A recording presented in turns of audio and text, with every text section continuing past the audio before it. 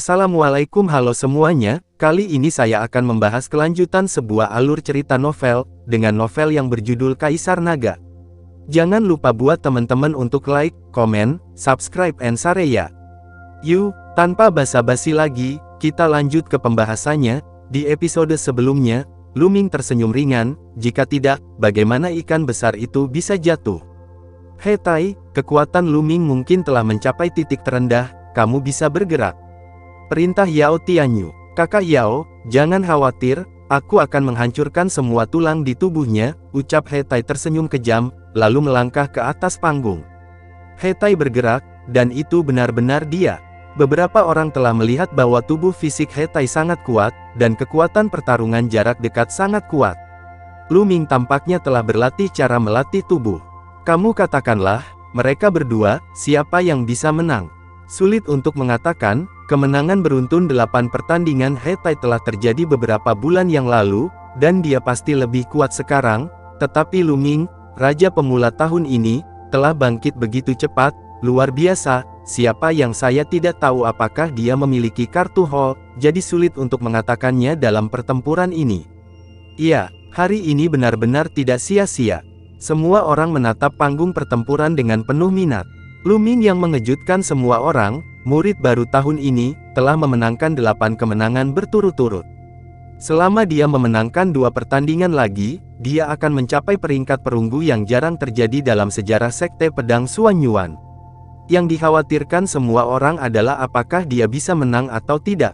He Tai, bisakah kamu menghentikannya? Di panggung pertempuran, Lu Ming dan He Tai berdiri berhadapan. Lu Ming, kamu diselamatkan oleh Mulan terakhir kali.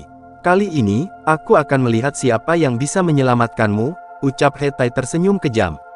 Lu Ming menyentuh dahinya tanpa berkata-kata, dan berkata, lihat, ayo lagi, aku baru saja mengatakan bahwa suka menarik, apakah Yao Tianyu mengajarimu ini?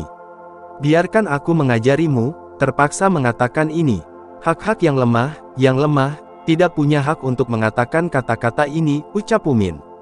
Haha, ada tawa dari semua orang, kata-kata Lu Ming jelas menyindir Yao Tianyu, itu sangat menarik. Kamu akan segera mengerti siapa yang kuat, ucap He Tai dengan ekspresi yang sangat suram.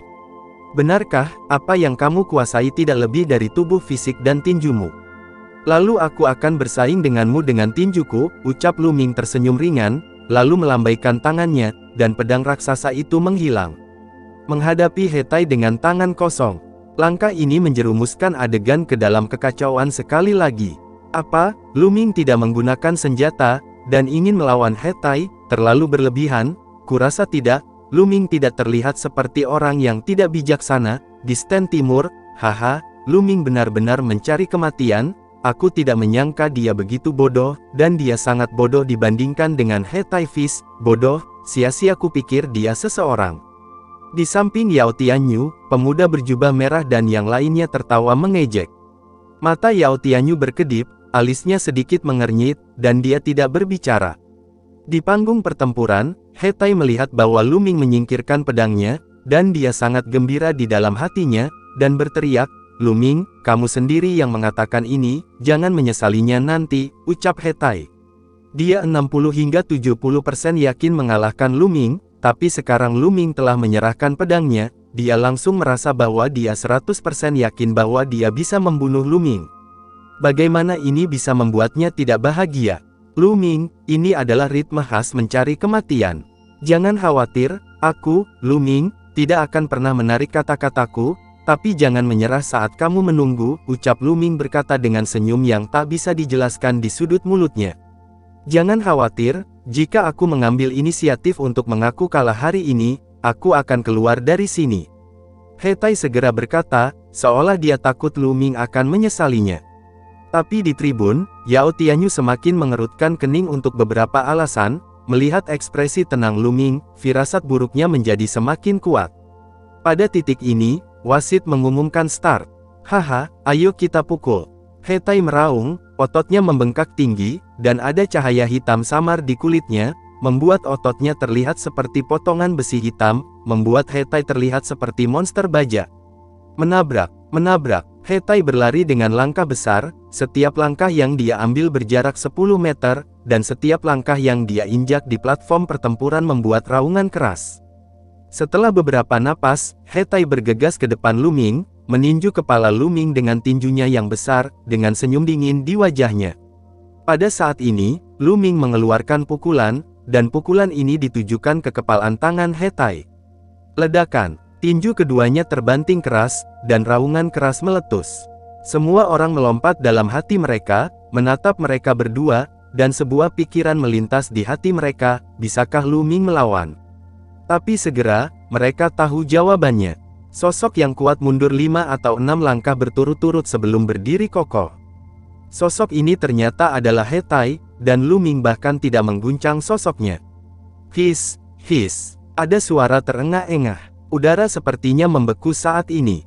Hampir semua orang membuka mulut lebar-lebar, cukup besar untuk memasukkan telur bebek, dan mata mereka semua terbuka lebar, hampir melotot. Ini tidak bisa dipercaya. Lu Ming menyerahkan senjatanya dan meninju Hetai mundur 5 atau 6 langkah dengan pukulan. Mungkinkah Lu Ming juga berlatih tinju? Apakah tubuh fisik Lu Ming lebih kuat dari Hetai? Tapi itu tidak mungkin. Saya belum pernah mendengar bahwa Lu Ming memiliki cara untuk mengolah tubuhnya. Kalau tidak, dia tidak akan begitu malu lebih dari 3 bulan yang lalu.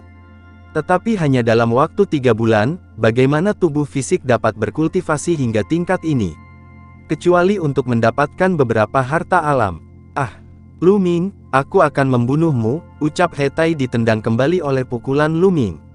Melihat mata terkejut di sekelilingnya, dia merasa sangat terhina dan membenci Lu Ming sampai ke tulang.